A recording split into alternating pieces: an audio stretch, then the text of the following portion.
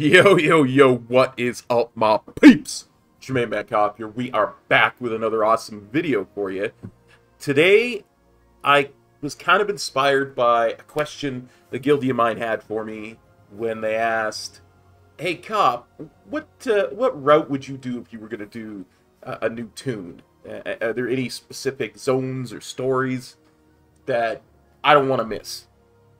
So, I thought that is a question that deserves its own video because with the level squish and things being shaken up here in Shadowlands, I think it has changed since the last time we did this. So I'm going to give you an example of what I would do for speed and story on both the Alliance and the Horde.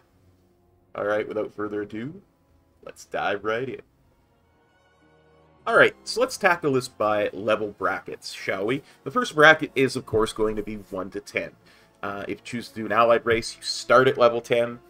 And if you choose to do a core race outside of Death Knights and Demon Hunters, you're going to start at level 1. So, of course, the one right answer is a Pandaren Monk, but, you can choose whatever. And I'm just going to randomize everything here.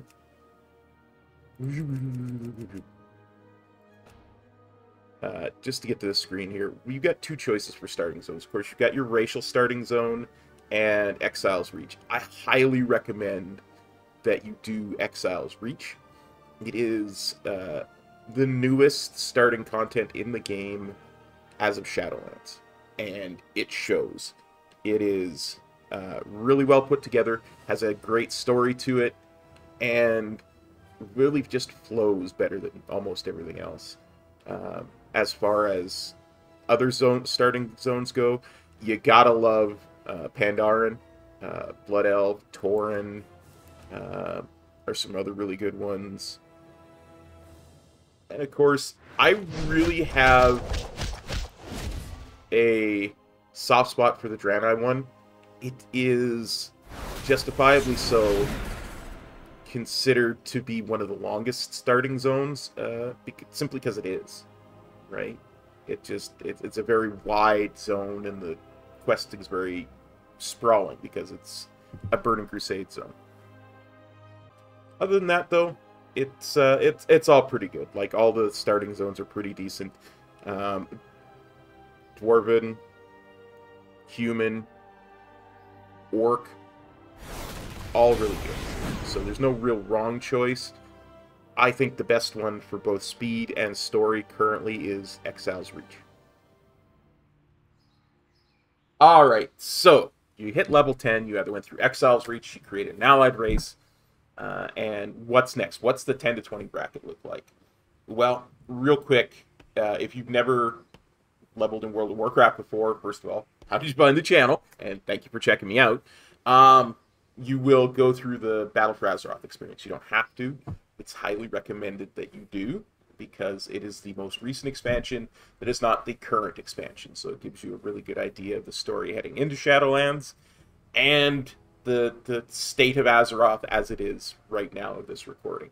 So enjoy that. It will get you to 50. And it's pretty decent, both speed and as an experience. If not, if you've leveled in World of Warcraft before, of course, the first thing that we're going to do is, in Stormwind or Orgrimmar, we're going to go and find our friend from the Bronze Dragonflight, Chromie.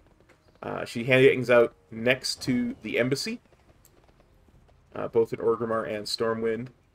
As you see, this is the embassy here in Stormwind. We're going to go talk to Chromie and see what she's got going on. Hey, Chromie. Hello. And we're going to select the timeline. For the 10 to 20 bracket, I recommend, doesn't matter which one you actually choose, but I recommend you choose Cataclysm just because it is the most straightforward.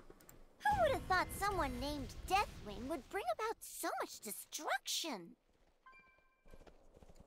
And after that, you're going to want to know what zones we're going to do.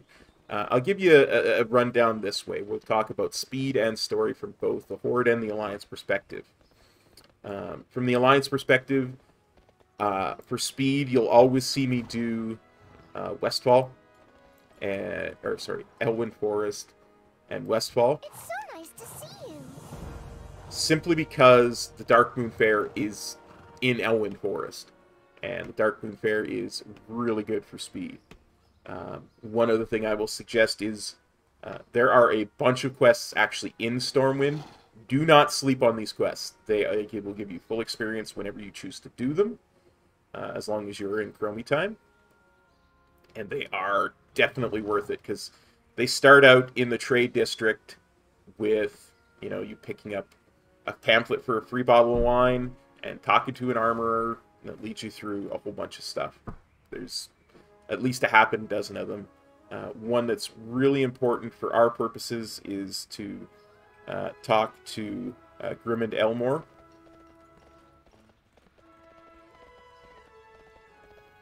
Over here. He's going to give you a breadcrumb quest that's going to take you to Loch Modan.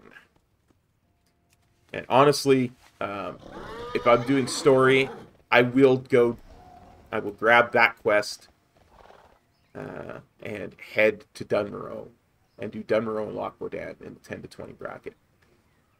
On the Horde side, things are both easier and quicker and harder and more confused. Mainly because... I'll show you the world map real quick. If you look at the world map, Eastern Kingdoms and Kalimdor look to be about the same size. In fact, the Eastern Kingdoms probably looks a little bit bigger. But in reality, when it comes down to it, the Eastern Kingdoms is actually quite a bit smaller than Kalimdor. As such, the quests are, by default, more compact. And so if I'm looking for pure speed on the Horde side, I will go and do Tearsfall Glades and Silverpine Forest. And just enough to get to level 20. Because that's the bracket we're looking at right now. If I'm looking for story, I will probably do Mulgore, and then I will do Stone Talon, because the stories there are just chef's kiss good. So that's your 10 to 20 bracket. All right, you're dinged level 20, and you made your way back to Chromie, and you want to know, hey Cop, what's next? Well, how are we going to do level 20 to level 50? Well, I'll show you. You're going to talk to Chromie here, and you're going to want to select a different timeline. Now, for the Alliance, this is the way I tend to do it. I select Warlords of Draenor. And for pure speed, I do Shadowmoon Valley and complete it. Like, do every bonus objective, find every treasure that you can. And that should get you between 15 to 18 levels. Like, seriously, it is insanely good. If you really eat your Wheaties, you could probably eke out 40. If need be, you could always go to Gorgron and do a couple bonus objectives there. Get you to 40. And then do the same thing. You're going to come back and talk to Chromie. You're going to select Miss Pandaria. You're going to do Jade Forest. And just doing the storyline there, the main storyline there, will get you to 50. Whether you go at 38 or 40. And that's kind of the speed way of doing it. Story-wise, if I was just looking at pure story, there's two ways that you can do this that are really, really good. I look at, again, doing Shadowmoon Valley. Only this time I do the main storyline only. Then I head to Talador. Or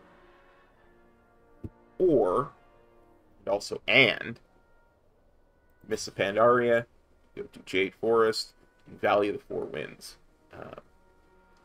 Any combination of those is going to be simply really good. story-wise, and probably get you from 20 to 50 in those 4 zones, regardless of how you do it. On the Horde side, it's a little bit different. For speed, I really don't like Frostfire Ridge, but it's probably decent enough speed-wise. Just doing the main storyline of Frostfire Ridge and getting the heck out of there as quick as possible, and then doing all the bonus objectives in Gorgrond. And from there, we should be able to go again, Miss Pandaria, to Jade Forest, and that should probably get us to 50. If not, we can always there's a good 12 breadcrumbs from there that get us to Valley for it. It's probably not quite 12, but I know there's at least 5 that I know of. So yeah, you can probably do that and easily get to 50. Story-wise, as I say, the main storyline in Frostfire Ridge is actually pretty decent. It's just not laid out real well.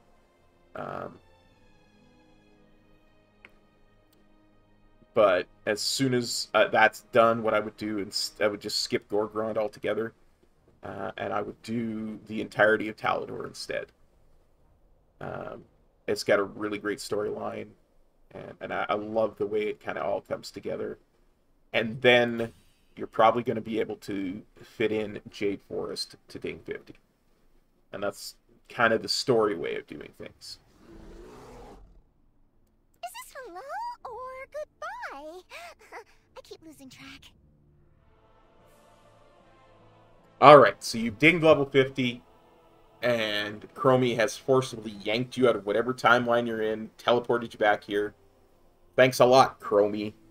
And she has said, you gotta go to the Shadowlands now. No choices. You're headed to the Shadowlands. What is the fastest way to do the Shadowlands? What's the best story way to do the Shadowlands? It's the current expansion as of the recording of this video, so there's not a lot of choice, but there is some ways that you can maximize stuff. Of course, you're going to do the Maw with either... Both of these work for both factions, by the way. There's no real difference there. You're going to do the Maw because it's essentially a free level. And for speed, this is the way I do it. Do the Maw, we do the Bastion storyline complete, we do the Maldraxxus storyline complete. We go to Oribos, and we don't go to Ardenweald, we switch over to Threads of Fate. Then I do the Torghast, and if Darkmoon Faire is up, I will go and buy all 9 of the Darkmoon Faire quest items, hand them in. That's pretty much another free level, right? And then I will once again take the quest to aid Bastion, do all of the bonus objectives and side quests that I can to finish that off, hand that in, go and aid Maldraxxus, again, all the side quests, all the bonus objectives, finish off the aid of Maldraxxus, and that should pretty much get you to level 60. For story-wise, I don't touch Threads of Fate at all. I do the Maw, Bastion, Maldraxxus, Ardenweald, Revendreth. It's tried, tested, and true. It will get you to 60 in a decent amount of time. It's not even that long anymore. Really, really isn't. So to finish up the video, let's just talk about a few tips. First off, Warlords of Draenor. If you're looking for pure speed, there is a way to skip the Tanaan jungle intro. A lot of people will say, "Oh yeah, you go to Pandaria and you go to the Timeless Isle and you swim." No, that takes way too long. Totally unnecessary. You go and you take the quest from once you switch to the proper Chromie timeline. Haven't we done this before? I know. If a scary orc offers you something to drink, you probably want say you'll no. notice that you've got a quest to go to the Dark Portal. So what you're going to do is you're going to grab that quest, and you're going to actually head on over to the Mage Quarter. And as you would normally do, you are going to talk to the Vanguard Battle Mage. You are welcome here. Tell him, I must help Khadgar. Send me to the Blasted Clear Lands. skies and safety.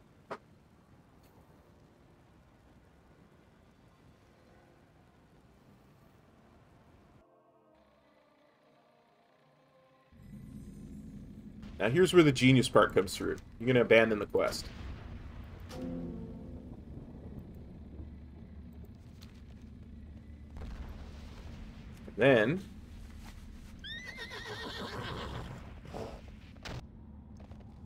And then you're going to make your way on over to the Dark Portal. You're not going to talk to Khadgar.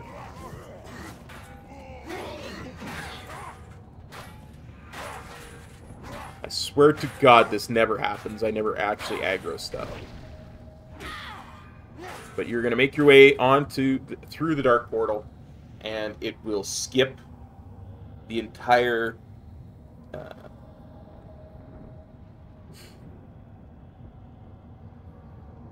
opening portion of the quest line. It will drop you right at your garrison, or at the start of where you would start your garrison. It's a really good skip time-wise.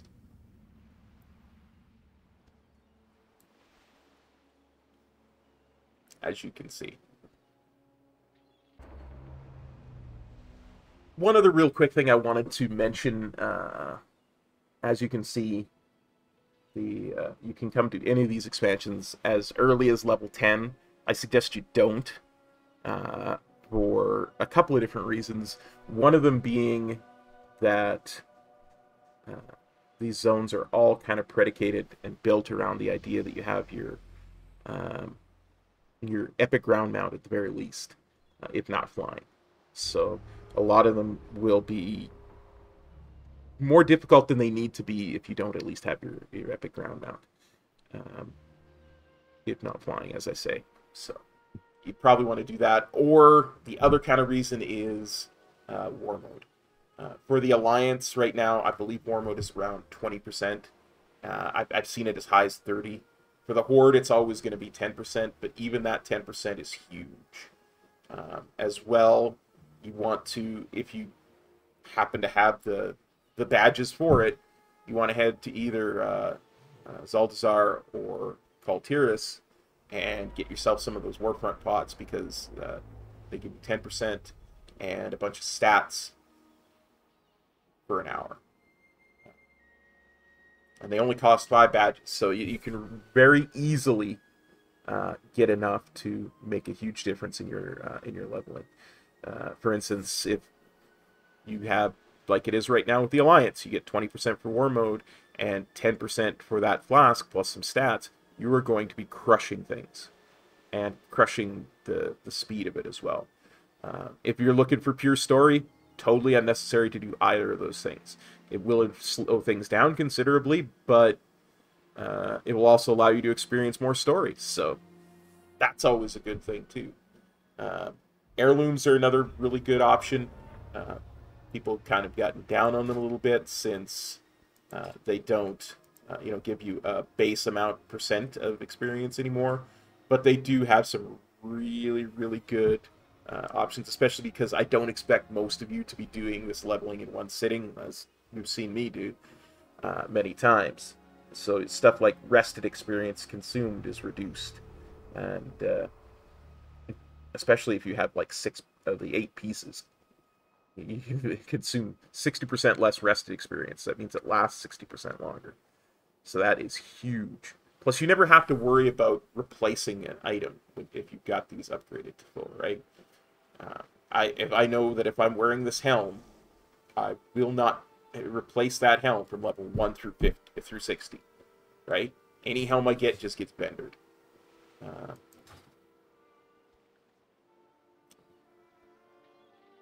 And yeah, again, another thing that you probably want to invest in if you're going to be leveling a lot of toons,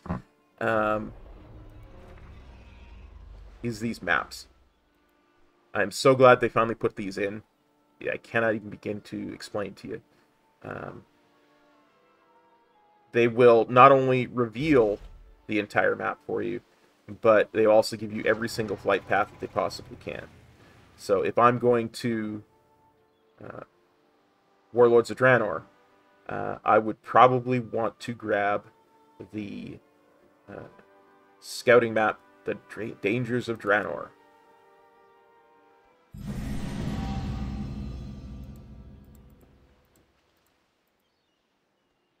And now I have all the flight paths. So, and I've explored every zone in Draenor. I actually have an add-on that unveils everything anyway, but gives you an idea. See? All the little bonus objectives. Anyway, before I start to ramble on too much, I think that's a really good place to stop. I'll probably do some more of these more focused on individual expansions that you can level through, and the paths that I would take if I was going to level a toon exclusively through those expansions. So keep a lookout for that, and until next time, everybody, take care. Peace! Cop out.